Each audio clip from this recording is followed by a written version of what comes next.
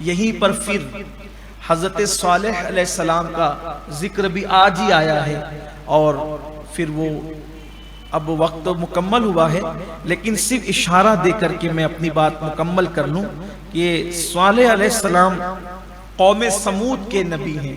آپ کو قوم سمود کی طرف بھیجا گیا ہے۔ یہ قوم سمود بھی جو ہے جب وہ سرکش ہو گئی تھی، جب قوم سرکشی پر آتی ہے تو یہ اللہ نبی بھیجتا تھا، تو چونکہ ہمارے آقا خاتم النبیین بن کر آئے، اب کوئی نبی نہیں آئے گا۔ جب قوم کی سرکشی ہوگی تو اب وہ کام علماء کرام کریں گے، ڈر سنانے کا کام، اصلاح کا کام علماء ربانیین کرتے ہیں، وہ کر بھی رہے ہیں ماشاءاللہ۔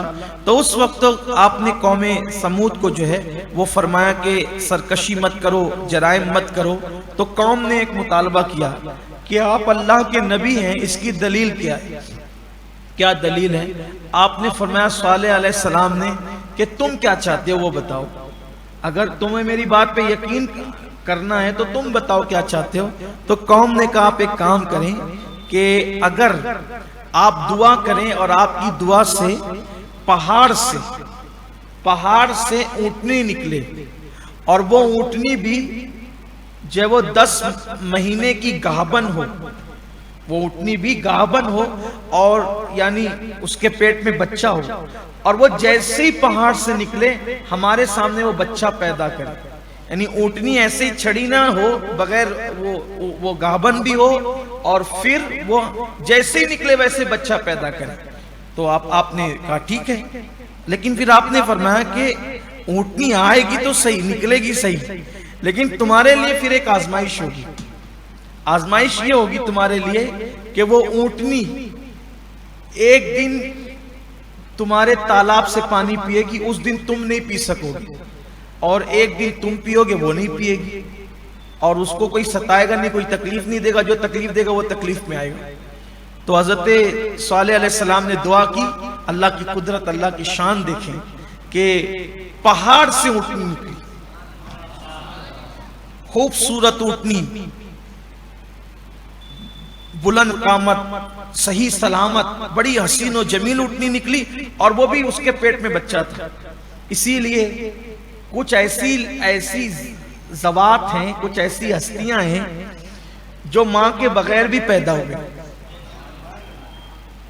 آدم علیہ السلام ماں باپ کے بغیر پیدا ہو گئے، یہی صالح علیہ السلام کی اونٹنی، اس کی کوئی ماں نہیں، پہاڑ سے نکلی۔ اللہ کی شان، اللہ پہ یقین مضبوط کرو۔ لوگ کہتے ہیں کیا ہوگا؟ ارے اللہ چاہے تو کیا نہیں ہو سکتا۔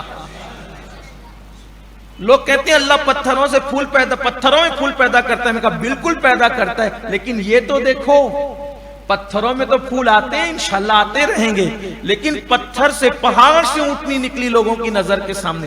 اپنی اللہ کی شان کیا ہے؟ جس کے آگے تم سر جھکاتے ہو وہ مالک و مولا کی شان کیا ہے؟ پتھروں سے اونٹنی نکالتا ہے، وہ بھی گابن، اور نظر کے سامنے اسی محفل میں، وہیں پر کچھ وقت بھی نہیں گزرا تھا، اس نے سب کے سامنے بچہ پیدا کیا۔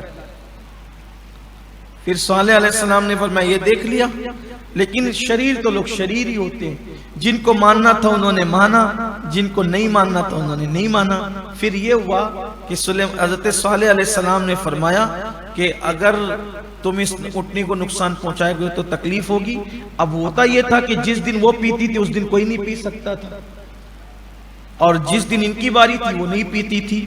تو چند لوگ قوم سمود کے جمع ہوئے، کہا یار یہ بڑی تکلیف والا معاملہ ہے، تالاب کا سارا پانی پی جاتی ہے اونٹنی ایک دن، اور ہمیں اس دن بڑی تکلیف ہوتی ہے، ایک کام کرتے ہیں اس کو جو قتل کر دیتے ہیں۔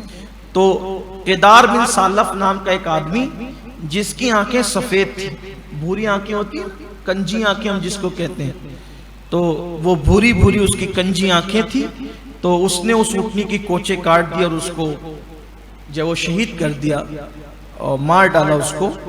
تو اللہ تبارک و تعالیٰ نے یہ بات فرمائی کہ اب اس کے بدلے میں جو ہے وہ چونکہ اونٹنی کی جو ہماری ناقہ تھی، نشانی تھی ہماری، اس کو کاٹ دیا گیا، تب اس پر عذاب آئے گا۔ اور عذاب آیا، زبردست چنگاڑ کی آواز آئی اور شدید زلزلہ آیا، اور پھر ساری بستی اتھل پتھل ہو کر کے چکنا چور ہو گئی، تہس نہس ہو گئی۔ تقریباً 70,000 لوگ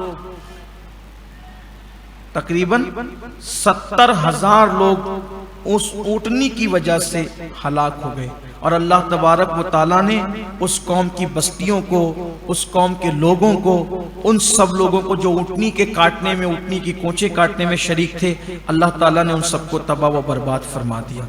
یہ تھا حضرت صالح علیہ السلام کی قوم کا۔ وقت کی نزاکت کو دیکھتے ہوئے میں نے اختصار سے کام لیا۔ اللہ تعالی ہم سب کو قرآن و سنت سے قریب فرمائے اور قرآن مقدس کے فیوز و برکات سے مالا مال فرمائے۔ گفتگو کے درمیان کوئی غلطی ہو تو اللہ تعالی معاف فرمائے۔